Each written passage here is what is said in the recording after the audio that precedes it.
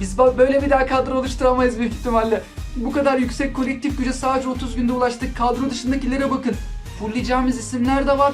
Vinicius Junior'la Erling Haaland da kadro dışında kaldı. Merhaba arkadaşlar, PES Sevenler Birliği kanalına hoş geldiniz. Bir ayda hesap fullemeye başlıyoruz arkadaşlar. Sadece 30 günde çok güçlü bir hesap ortaya çıkarmaya çalışacağız. Bundan önce bir ayda hesap fulleme yaptığımızda çok güzel bir kadro ortaya çıkmıştı. Çünkü çok fazla kampanya vardı. Ücretsiz oyuncu hakları, adaylı sözleşmeler, indirimler falan derken bir önceki Mayıs ayındaki hesap fullememiz çok güzel bitti. Fakat şu an hala önemli kampanyaların içerisindeyiz arkadaşlar. Güzel bir kadro bu ayda ortaya çıkabilir. 30 günde hiç para yüklemeden oyun içerisinde kazanacaklarımızla birlikte bir önceki ay ulaştığımız kolektif gücü geçebilir miyiz? Hatta onun da bir denemesini gerçekleştireceğiz. Ben tarihi göstereyim. Bugün 1 Haziran. Ayın ilk günü başlamayı seviyorum. Kaçıncı gündeysek hesabında o gün olduğu için kendi adıma hemen hesaplaması çok kolay oluyor. 30 Haziran'da da tamamlayacağız arkadaşlar bu görevi. Şu anki sezonun bitmesine az bir zaman kaldı. Önümüzdeki Perşembe günü hesabımızın 5. günü olacak. Yeni sezon gelecek. Yeni futbolcular, yeni kampanyalar bizleri bekliyor olacak. Şu anki kampanyalar, gelecek kampanyalarla birlikte bir ayda harika bir kadro ortaya çıkabilir. Ben arkadaşlar ülkeyi Brezilya seçeyim. 50 futbol parası fazla veriyorlar Amerika bölgesindekilere. Belki o 50 bile işimize çok yarayabilir. O yüzden ben Brezilya'yı seçtim. Daha fazla 50 futbol parası, bir tane 50 futbol parası için aslında hesabımız açılmak üzere ve rastgele takım verdi. Manchester United takımını bize hediye etti. Şu an oyuna girdiğimizde neler verilmekte yeni bir hesaba. Giriş bonusu klasik, her hesaba verilen, yeni açılan hesapları verilen ilk hafta hoş geldiniz giriş bonusu. Kampanyanın son haftasındayız arkadaşlar. Buradan 5 tane ücretsiz açma hakkı elde edebiliyoruz. Fakat görevlerden de kazanacağız. Epic çıkaracağız. 97 seviyeli futbolcular var. Bu kampanyada 2 haftalık 1,5 haftasını alacağız. Çok düşük seviyeli de olsa bir oyuncu hediyesi. Atalanta takımı var ama seviyeler çok yüksek değil. İlk başta işimize yarar. Bir ayın sonunda bu futbolcular kadromuzda bulunmaz. Hediye kutusunda 6 demekte. Bunları alalım arkadaşlar. Hiç maç oynamadan kadromuz nasıl olacak bir ona bakalım. Yeni açılan hesaplara ücretsiz açma hakları verilmekte. Bunları toplayalım. 10 tane ücretsiz açma hakkımız var. 8 tanesinin 7 tanesi düşük seviyeli ama bir tane 5 yıldızımız var. Doğrudan onunla başlayalım. Hep Mbappe'yi isterim, gelmez. Bir ya da 2 defa çıkardık galiba. 1-1,5 senelik süreç içerisinde. Atla diyelim. Bu sefer Mbappe olur mu? Takılı kaldı. Bir an dedim gelecek herhalde. Kulusevski geldi. Herhalde 30 günün sonunda Kulusevski kadromuzda olmaz. Olmamalı. Çünkü benim beklentim 99-100 seviyeli futbolcuları olabildiğince kadroya almak. 97'likleri kadroda tutmamaya çalışacağız.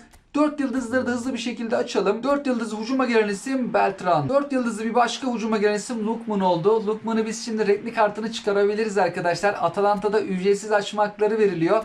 Eğer çıkaramazsak iyi. En azından bu kartını şimdilik kullanırız. 4 yıldızlı orta sahaya gelen isim Willock. 4 yıldızlı orta sahaya gelen bir başka futbolcu. Defansif orta saha. Pek beğenmedim hesabın bu açılımlarını. Yani Rafa'dan yumurta gibi bir hesap olmasa arkadaşlar. Şanssız başlayıp şanssız devam etme. Stoperimiz en azından fena değil. 78'lik bir stoper geldi. Son 4 yıldızımız Dalo. Sağ bek futbolcusu. Zaman zaman sol bekte de kullanıyordu hocası. Bu kartı da sol bekte oynuyorsa işimize yarar. Bir bakalım, merak ettim. Normal kartı da sol bekte oynayabilmek demek gayet iyi. İlk başta işimize yarayacak. Son kartımızda kaleciydi. 3 yıldızlı kalecimizi çıkardık. 2 tane renkli taraftan açacağımız var. Fakat biz buradan daha çok açacağız arkadaşlar. Bedava açma hakları bulunuyor. Atalanta takımından 3 tane aslında ücretsiz açma hakkımız var. Bir tanesini girişte hediye ediliyor. 2 tanesini de etkinliklerden kazanabiliyoruz. Seviyeler çok yüksek değil. İlk haftalar çok işimize yarayacak. Son hafta umarız bu oyuncular kadromuzda bulunmaz. Daha yüksek seviyeler kadromuzda olsun istiyorum. Stoper çıkardık. Scalvini. Bir tane de Epic paketten açma hakkımız var ama görevlerden 50 tane falan daha biz açma hakkı kazanacağız arkadaşlar. Buradaki tüm futbolcuları çıkaracağız. Görevlerden ücretsiz açma hakları çok fazla veriliyor. Toplamda 53 taneydi galiba. Onların hepsini alacağız arkadaşlar. Umarız Epic'i erkenden çıkarırız.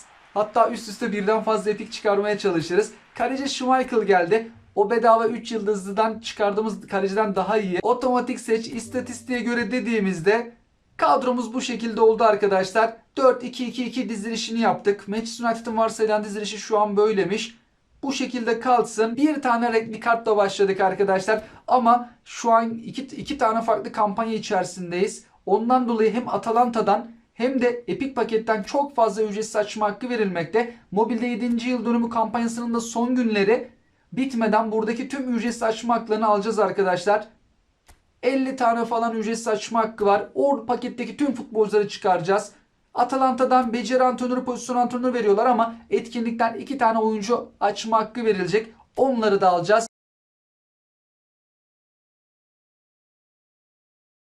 Bugün hesabımızın 5. günü ve kadromuzu birazcık güçlendirelim arkadaşlar. Tarihi göstereyim. 5 Haziran çarşamba günündeyiz. Neler kazandıysak hepsini bir toplayalım. Hediye kutusunda 80 demekte. Görevlerden de alacaklarımız var. Hatta görevlerde süresi bitecek alacaklarımız bulunmakta. Bugün aldık.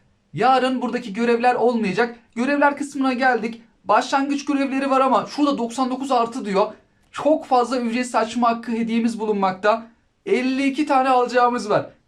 Ücretsiz açma haklarının hepsini tamamlamış mıyım? Ben bütün hepsini tamamlamışım arkadaşlar. Eksik kalır diye düşünmüştüm ama her şeyi aldık bitirdik. Burada da 50 futbol paramız var. Az GP ve DP bulunmakta ama 50 futbol parası çok işimize yarıyor. Sınırda kalma durumlarında özellikle maç betinin kilidini açacağız. Kariyer hedeflerinde de 66 demekte. Azar azar GP buradan da kazandık. 600 bine yakın GP'miz var. Şu an 350 futbol parası fakat görevlerden daha futbol paraları da alacağız. Bunları toplayalım. Başlangıç görevleri 2'ye geçtiğimizde orada 200 futbol parası var. Başlangıç görevleri 2'den 100 futbol paramızı aldık. Şurada da bir tane 100 var. 200 futbol parası. Bunları da hızlı bir şekilde alayım arkadaşlar. GP'ler, antrenörler, düşük seviyede olsa menajer. 843 bin GP'miz var şimdilik. 550 futbol paramız. 63 tane ücretsiz açma hakkı. Şu 3 tane de 5 yıldızlar önemli bizler için ve 3 tane 5 yıldız açma hakkımız bulunuyor. Yüksek seviyeli isim lazım. Bellingham, Kevin De Bruyne gibi fullleyebileceğimiz futbolcular gelmeli. Orta sahaya gelen 5 yıldızlımız Merino oldu. Ya bir kere de Bellingham'ı çıkarsak. Çok yüksek seviyeli. 100 seviyeye kadar çıkıyor ama hiçbir zaman da gelmedi. Hatırlamıyorum. Savunmaya bir isim gelecek. Yüksek seviyeli olsun. Saliba olur. Van Dijk olur. Ruben Dias olur. Atla dedik. Saydıklarımızdan bir tanesi bile gelmedi. Atletico Madrid takımına gittik ve son bir tane 5 yıldızı açma hakkımız bulunuyor. O da forvet. Hep deriz Mbappe, Haaland gelir mi? En çok da Mbappe isteriz. Oo, Lionel Messi geldi. Bu kartın da maksimum seviyeye bakmamız lazım arkadaşlar. Uzun süredir hiç Lionel Messi'miz olmamıştı. Hiç gelmezdi. Neymar'ın geldiğini falan hatırlıyorum. Messi genelde hediye ediliyordu. Ondan elimizde oluyordu. Şu an Messi hediyesi yok. Bir ara çok fazla Messi hediye ediliyordu. Bu kartı maksimum seviye anlamında yüksekse fullleyebiliriz. Bu kısma geldiğimizde Player of the Week'ten bir tane ücretsiz açma hakkımız var. Atalanta'dan 2 tane açma hakkımız bulunuyor.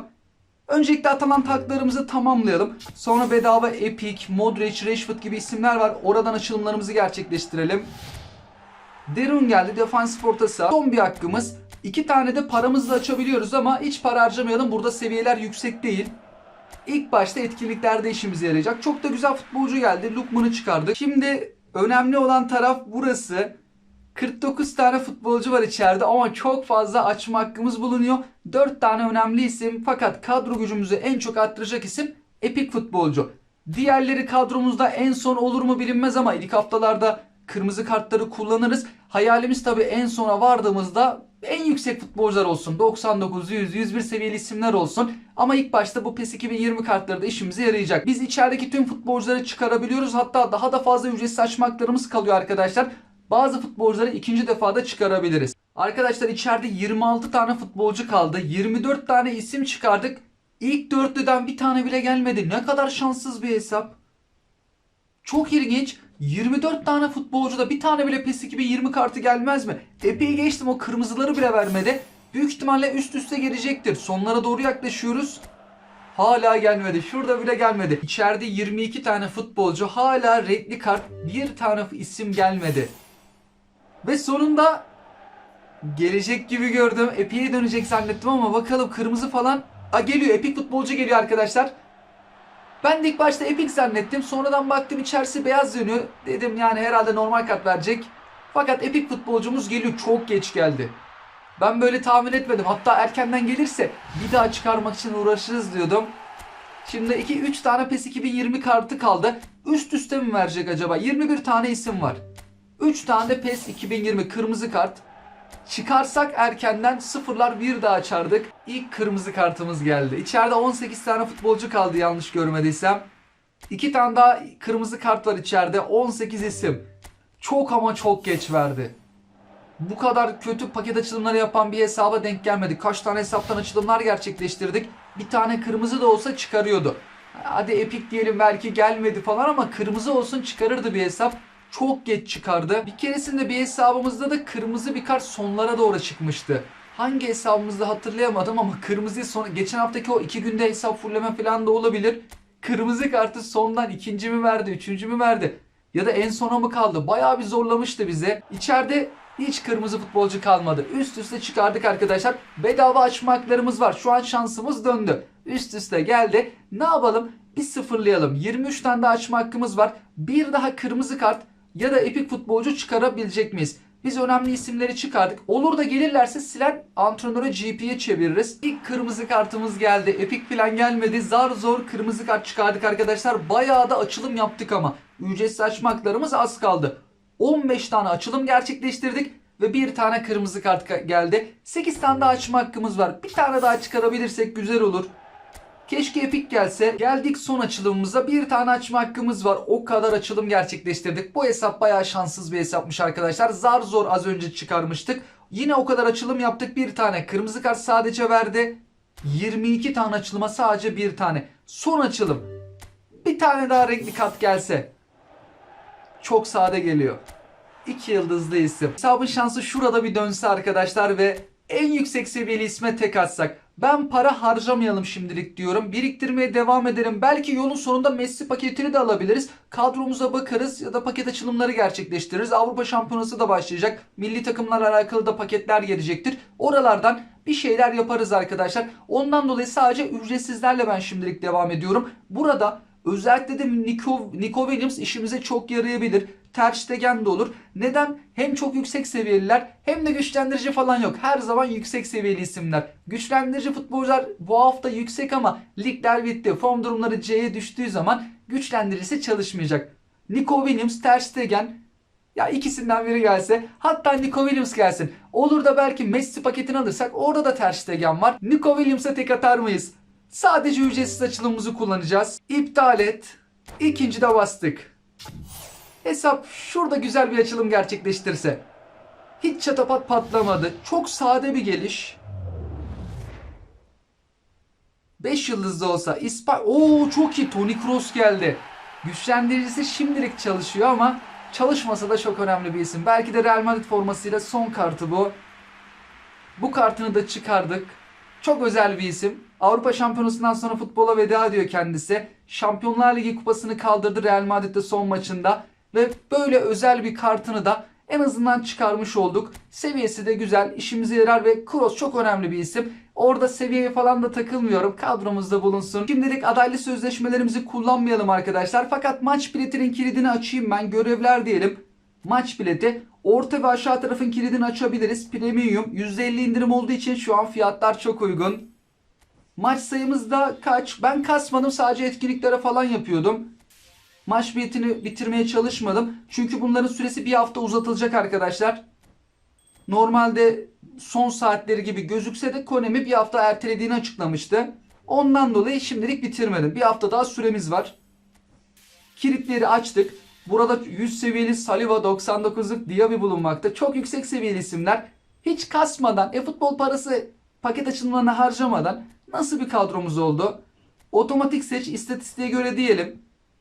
Şimdilik bu şekilde arkadaşlar. Kenarda renklilerimiz var mı? Normal kat. Burada mesela bir Lookman yer almakta. Şöyle atalım. Kadro dışında da Marcus Rashford varmış. Rashford'dan 2 tane var arkadaşlar. Şu an renkli kart olmayan sağ bekimiz, kalecimiz ve Messi bulunmakta. Şöyle değiştirelim hatta.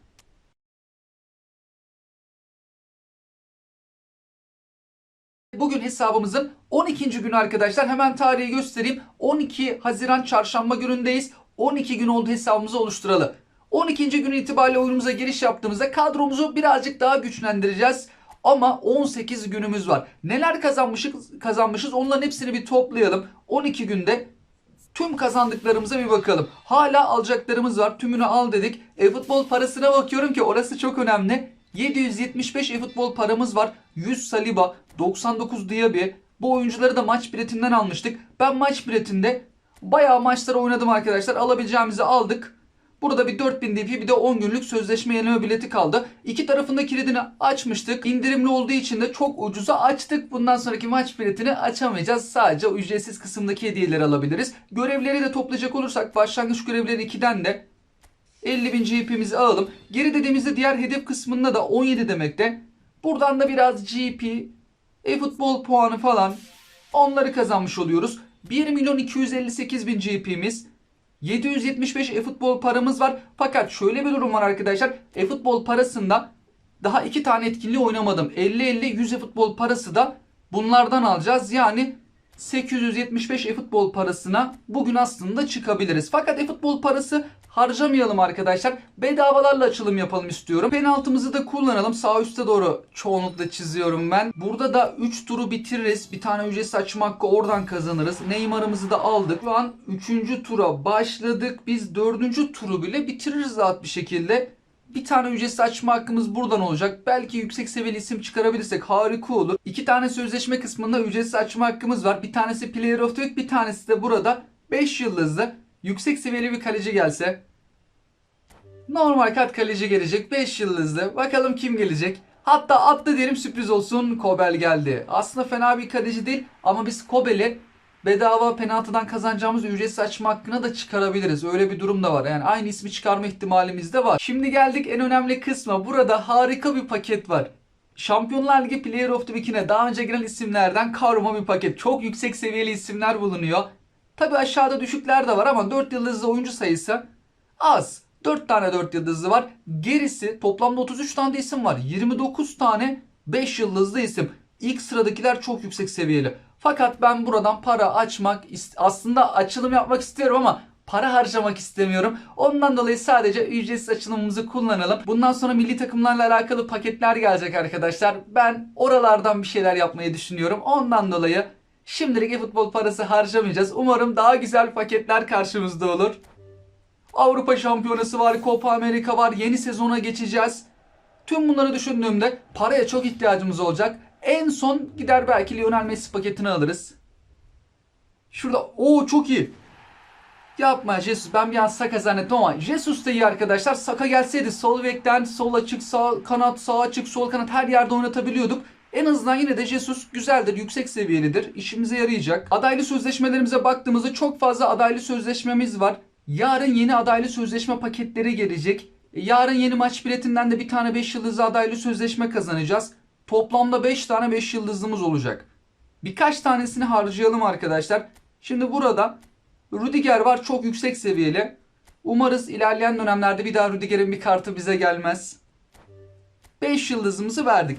97 seviyeye çıkan 2 tane isim bu pakette yer almakta. Şimdi bundan sonraki maç biletini mi beklesek yoksa alsak mı?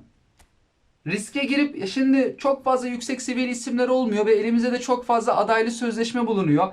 Okafor 97'ye kadar çıkıyordu. Adingra da 97'ye kadar çıkıyordu. İlk seviyesi 81 olduğu için Okafor'u alayım. 12. gün itibariyle pek kasmadık. E-futbol parası sadece maç biletini harcadık. Daha da fazlasını geri aldık.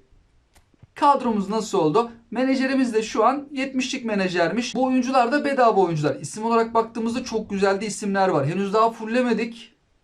Ama fulllediğimizde bile iyi bir kadromuz olacak arkadaşlar.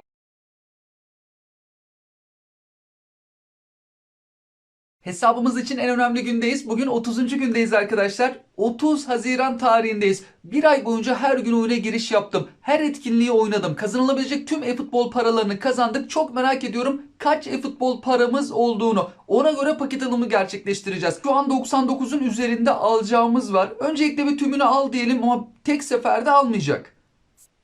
1225 e-futbol parası. Geri diyorum, hala 99 artı mı? Yok, bu sefer 40'mış arkadaşlar. İçeride 1500'e yuvarlayacak kadar e-futbol parası var mı? Yapma ya, 25 e-futbol parasında kaldı. Acaba görevlerden almadığımız var mı? Bir bakalım arkadaşlar. Yoksa çok kötü olacak. 1500'ün sınırında kalıyoruz. Şurada 100 e-futbol... buradan almamışız iyi ki. Şunu da alalım. 1575 e-futbol parası. Tümünü al dedik. Buradakileri aldık. Bir 10.000 GP kaldı orada. 1575 e-futbol parası. Haziran ayında oyuna her gün giriş yaptık. Tüm her şeyi yaptım arkadaşlar. Bir gün bile pas geçmedim. Her gün oyuna girdim. 1575 e-futbol parasına ulaştık. Kampanya var. 100 e-futbol parası olsun. Maç biletinin kilidini açma olsun. Oralardan kazandıklarımızla birlikte bu kadar e-futbol parasına çıktık. Şimdi paket açılımları gerçekleştirelim ücretsizleri. Hangi paketten alım yapsak? 1500'lük mü 900'lük mü? 900'lük alırsak 6 tane daha açma hakkımız olur. Şimdi öyle bir avantajımız var. 1500 alırsak parayı bitiriyoruz arkadaşlar tek pakette. En son kadromuza kattığımız isimlere bakalım. Ben hep böyle video çekmedim. Sadece ücretsiz açılımları gerçekleştirdim. Haftalık Player of the Week olsun. Belki bedavalar varsa onları. En son aldığımız isimlere baktığımızda bu isimler Brezilya adaylı sözleşmeye aldığım isimler. Etkinliklerde kullanmak için. Geçen hafta Musiala geldi arkadaşlar. Bir tane ücretsiz açma hakkımız var ya. Onda Musiala en yüksek seviyeli ismi çıkardım. Ondan önce Dank geldi. Okafor'u aldık. Rüdiger'i aldık. Jesus gelmişti ondan önce. Diaby maç biletinden, Saliba maç biletinden. Bunlar güzel isimler. Daha öncesinde Toni Kroos. Hiç para harcamadık. Hani maç biletine sadece açtık ama o zaman da kampanya vardı. İşimize çok gelmişti. 14 tane ücretsiz açma hakkımız var. Adaylı sözleşmelerimiz çok fazla. Bu bizim pek bir işimize yaramaz. Ancak antrenör yaparız Slip'te. En önemli kısım burası. 2 tane buradan açma hakkımız var. Bunları bir ücretsizleri kullanalım. Sonra kadromuza bakıp ona göre paket alımı gerçekleştirelim. Burada 100 Messi var, 99 McAllister var, 101 Mbappe var, 99 Hernandez, 98 Kunde ya da 99 Kunde. Bazı menajerlerde 99 da oluyordu. Yüksek seviyeli isimler yer alıyor arkadaşlar. En yüksekleri fulleriz, kadromuzu alırız. Son ücretsizimiz, en sona kalan isim de Messi oldu arkadaşlar. En yüksek seviyeli isim en son geldi. Buradan da 5'er tane oyuncularımızı aldık. Hiç para harcamadan bile aslında bedavalarla güzel bir kadro oluşturduk. Gelen futbolcuları fullesek güçlü bir kadromuz olacaktır. Şimdi şurada bir tane açma hakkımız var. Buradan da yani Maradona, Costa Curta gelirse harika olur. İkisi de çok yüksek seviyeli isimler. Hani Epic gelse daha bir yakışabilir. Milli futbolcumuz Hakan Çalhanoğlu var ama seviye anlamında Maradona, Costa Curta bunlar daha çok işimize yarayacak. Costa Curta savunmanın her yerinde de oynayabiliyor. Joker futbolcu. Ama epik futbolcu gelmeyecek. Atla diyelim. Ronaldo geldi. Ronaldo'yu ben unutmuştum arkadaşlar. Ronaldo da iyi. Portekiz paketini almayız. Ronaldo'yu fullleyebiliriz. 2 tane de buradan ücretsiz açma hakkımız bulunuyor. Tabi burada 103 seviyeye çıkan Kevin De Bruyne var. En çok o işimize yarayacak. Bernardo Silva 101 seviye. Genel derece diyelim. Alvarez 99. Biz buradan bir Kevin De Bruyne'yi çıkarsak. Yanında da Bernardo Silva gelirse muhteşem olur. Muhteşem ikili. En yüksek seviyeli ikili. Atla dedik.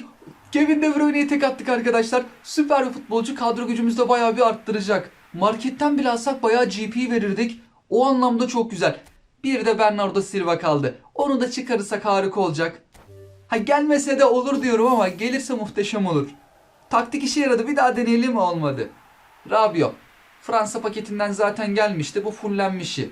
Onu da fullemeyecektim zaten arkadaşlar. Seviyesi düşüktü ama bu en azından fullenmiş Rabiot. Adaylı sözleşmelerimiz çok fazla. 5 yıldızlı alabiliriz. Burada Jota var alabileceğimiz. Bowen var. Bir iki tanesini şimdilik alalım. Son 5 yıldızımız kalsın. Olur da antrenör yetmezse diğer taraftan Brezilya paketinden bir tane 5 yıldızlı alabiliriz. Biz az önce galiba Jota'yı aldık. Şimdi de Bowen'ı alalım. Şu an kadromuza baktığımızda da otomatik seç istatistiğe göre diyelim ama futbolcularımızı fulllemedik arkadaşlar. Menajerimiz de 70'lik menajer. Daha fullleyeceğimiz birçok isim var. Kenara bakıyorum. Rüdiger, Ronaldo, Jota. Bunlar çok yüksek seviyeli isimler. Diaby de var. Biz bunları bile fulllesek arkadaşlar henüz daha para harcamadan bile çok güzel bir kadromuz oluyor. Şimdi parayı nereden harcasak? 900 futbol parasını da paket alabiliriz. Mesela bir İngiltere paketini alsak 102, 101, 100 seviyeli isimler var. Ve 900 futbol parası çıkar cebimizden. Menajeri yüksek seviyeli bir menajer değil. Geriye kalan parayla paket açılımları yapabiliriz. 500'lük Xabi Alonso gibi menajer alabiliriz. Veyahut da doğrudan burada Brezilyalılara bir de indirim var. 350 futbol parasını ucuza veriyorlar ama biz 0 TL diye başlamıştık. Bu işlem bittikten sonra belki oranın kilidini açabiliriz. Paketler diyelim. Şimdi Arjantin bizde 100 seviyeli Messi var arkadaşlar. Buradaki Messi 106 seviye. Ama bizde şu an 100 seviyeli o hediye edilen Messi var. Burada da 105 Griezmann var. Elimizde Griezmann yok. Doğrudan onu kadroya alabiliriz. Yanında Tchouaméni. Burada Dembele de var. Camavinga vardı yanlış hatırlamıyorsam. Bir daha şuradan bakalım. Yanı sıra 94'lük Upamecano var. Onlar işimize yarar. Diğer futbolcular pek bir işimize yaramaz. Griezmann 105 seviyeli olduğu için o biraz kadro gücümüzü arttıracak. İngiltere paketinde yüksek seviyeli futbolcular var. Menajeri çok yüksek seviye değil. Belki 88'de 87 ama ilk 5 futbolcu çok yüksek seviyeli. Portekiz milli takımına baktığımız zaman burada da önemli isimler var. Şu 94 ve üzeri aslında yüksek seviyeli. Menajeri de 88'di. Bizim milli takımımızda hani birkaç tane yüksek seviyeli ismimiz var. 100, 99, 98. Brezilya çok böyle heyecan verici bir paket değil. Şimdi bir ayda 1500'lük alabiliyoruz arkadaşlar. Ha bir de en sonunda Messi paketi var. Hani burada da bir Messi var aslında. Buradaki Messi'nin içerisine de baktığımızda kimler vardı? Kaleci Ter Stegen var. Vitinha vardı. Hakimi, Pedri. Yüksek seviyeli isimler bunlar. Şimdi elimizde 100 Messi olduğu için arkadaşlar yani almayıp Fransa paketini mi alsak diyorum. Burada da Griezmann kadro gücünü yine bayağı bir etkileyecek. 105 seviye olduğu için bayağı bir artıyor. 100'lük bir futbolcuya göre 5 seviye daha fazla. Yanında da 3 tane 4 tane futbolcuyu fullleyebiliriz. Şu 93'lükler işimize yaramayacak. 95 ve üzeri, hatta belki bir tane 94'ü de fullleyebiliriz. Yani Fransa'ya da almak istiyorum. Şöyle 105 Griezmann güzel de durur kadroda. Ya da İngiltere Portekiz paketini alıp geriye kalan parayla da herhangi bir alışveriş de yapabiliriz. Portekiz'de alsa. Ama Ronaldo'muz var artık, doğru. Orayı eleyelim. İngiltere'de menajeri sevmiyorum arkadaşlar. Şey anlamında. Normalde güzel menajer ama 88 değil. Biz bir de maksimum kolektif güç kasıyoruz bir anlamda. Ben Griezmann'ı alıyorum arkadaşlar. 105 seviyeli Griezmann olsun kadromuzda. Verdik gitti. Çok da düşünmüşüm. Düşününce vazgeçiyorum. Başka bir şey yaparım diye. Paramızın hepsini bastık. Bir ayda ama alabildik. Demek ki yeni açılan bir hesap bir ayda alabilmekte. Ve paket geldi.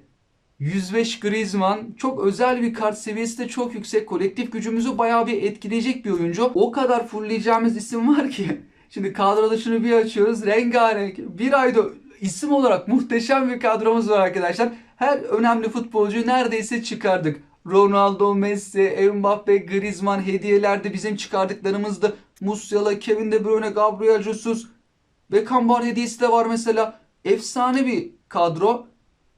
Şimdi ne kadar antrenörümüz var? Şuradan bir tane futbolcuya öylesine bakalım. O kadar futbolcu var ki bu kadar antrenör yetmez. Biraz elimizden de oyuncu silmemiz gerekecek. Ben düşük seviyeli isimleri bir sileyim arkadaşlar. Aslında adaylı sözleşmeye de oyuncu alıp silebiliriz. Şimdilik yapmayalım, olur da artık çok zorda kalırsak öyle de yaparız. GP'ye de oyuncu alıp silebiliriz. Biz buradan düşük seviyeleri elimizden çıkaralım. Yine bayağı da varmış elimizde düşük seviyeli. Bu Beckenbauer paketinden açmıştık, doğru. O zaman çok vermişti. Şu adamda 22 tane varmış seviye antrenmanı. O bir kalsın. Belki antrenörlerin uzmanlık aktarımında kullanırız. Schmeichel, bunlar da var biraz. Kobel'i silsek mi? Elimizde Kobel bir kalsın arkadaşlar. Seviyesine bakmak lazım. Kulusevski'yi silelim mi? Elimizde artık yüksek seviyeli isimler var. Kulusevski'yi de silelim. Tamamdır. Orada şey var. Dalo'da bayağı antrenörümüz varmış. Olmadı, antrenörü belki kullanabiliriz. Serbest bıraktık. Birazcık buradan antrenör GP kazandık. Şöyle yine bakayım. Bir Dalo kaldı normal kart. Messi.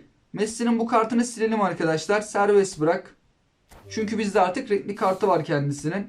Bu Brezilyalıları da zorda kalırsak sileceğiz. Bayağı fullleyeceğimiz isim var ama en yüksekleri ben fullledim. Sırada kim vardı? Mesela şurada Fofana var. O Fofana 98'e kadar çıkıyor. Belki fullleyebiliriz. Gerisi 97'lik futbolcu. Fransa olsun, hediye edilenler olsun. Şurada aşağılara doğru indiğimizde Okafor var. En son renkli kart. Kaleci Kobel var. Fransa'daki kaleci düşük seviyeliydi arkadaşlar. Bir kalede sıkıntımız var. Yüksek seviyeli kalecimiz yok. Ben menajeri 50'lik menajere düşürdüm. Tahmin etmesi daha keyifli oluyor. 70'lik olduğunda çünkü kadro gücünü birazcık bize gösteriyor, yaklaştırıyor. Olabildiğince düşürdüm. Dizilişi bir değiştirelim. 4-1-2-3 yapalım. Şimdi otomatik seç istatistiğe göre diyelim. Ama daha fullleyeceğimiz isimler var. Marketten alacağımız da var. Oyun şu an bu şekilde yaptı. Şöyle bir değiştirelim. Kenara baktığımız zaman kadro dışında mesela orada yüksek seviyeliler var. Dembele, Jota, bunları kadroya alacağız. Diğerlerinde belki Fofana'yı fullleyebiliriz arkadaşlar. 98 seviye. Upamecano, Thuram gibi isimler var ama onlar 97 idi. Belki güçlendirici menajerle 98'de olabilir. Antrenör kalırsa duruma göre öyle yaparız. Şu an antrenörümüze de baktığımızda bu kadar antrenörümüz var. Yani bir sıkıntımız yok. Antrenörümüz oldukça fazla. Şimdi biz ne yapalım? Marketten yüksek seviyeli birkaç isim alabiliriz. Paraya göre sıralayalım biz bunu. Fiyata göre sıralansın. En pahalıları alabiliriz. Herhangi bir GP derdimiz bulunmamakta. Bellingham elimizde yok. 100 seviyeli bir isim. Seviyesi çok yüksek. İkinci sıradaki Kevin De Bruyne'miz var.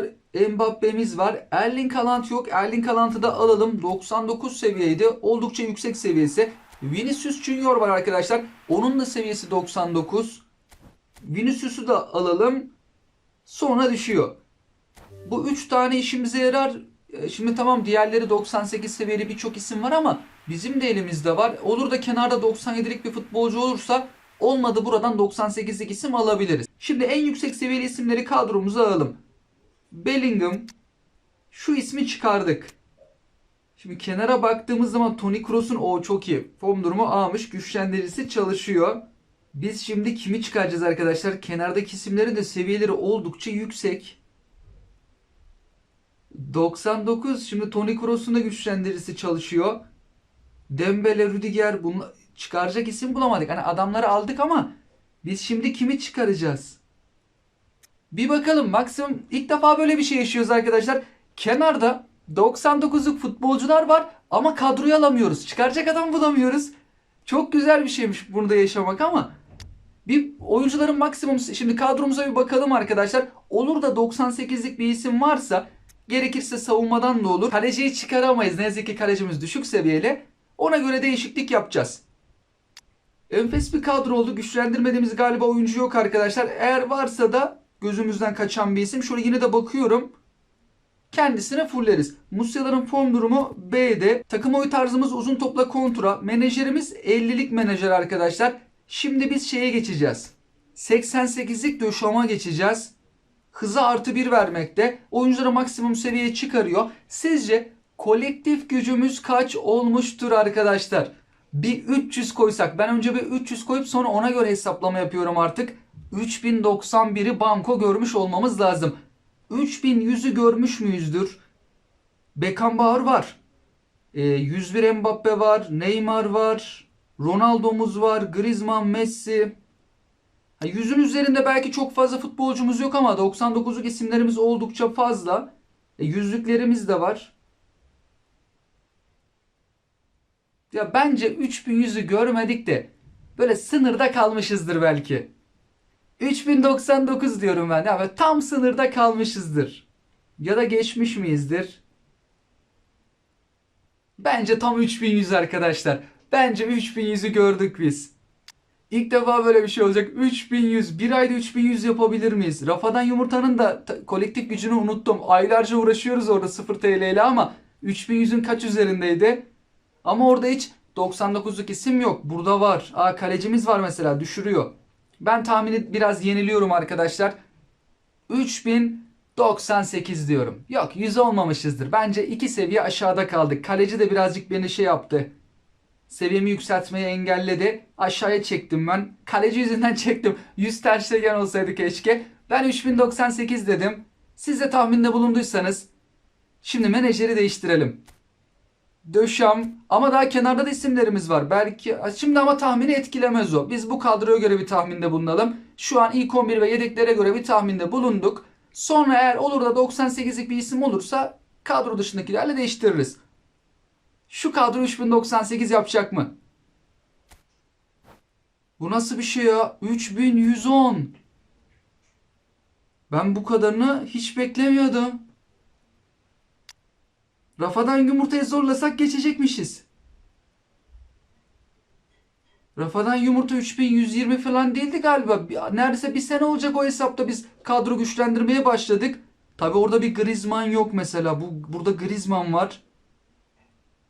Böyle bir şey olamaz. Sadece 30 günde arkadaşlar öyle bir kadro yaptık ki tabi bunda kampanyalar, paketler çok büyük bir fayda sağladı bize, katkı sağladı bize. Biz böyle bir daha kadro oluşturamayız büyük ihtimalle.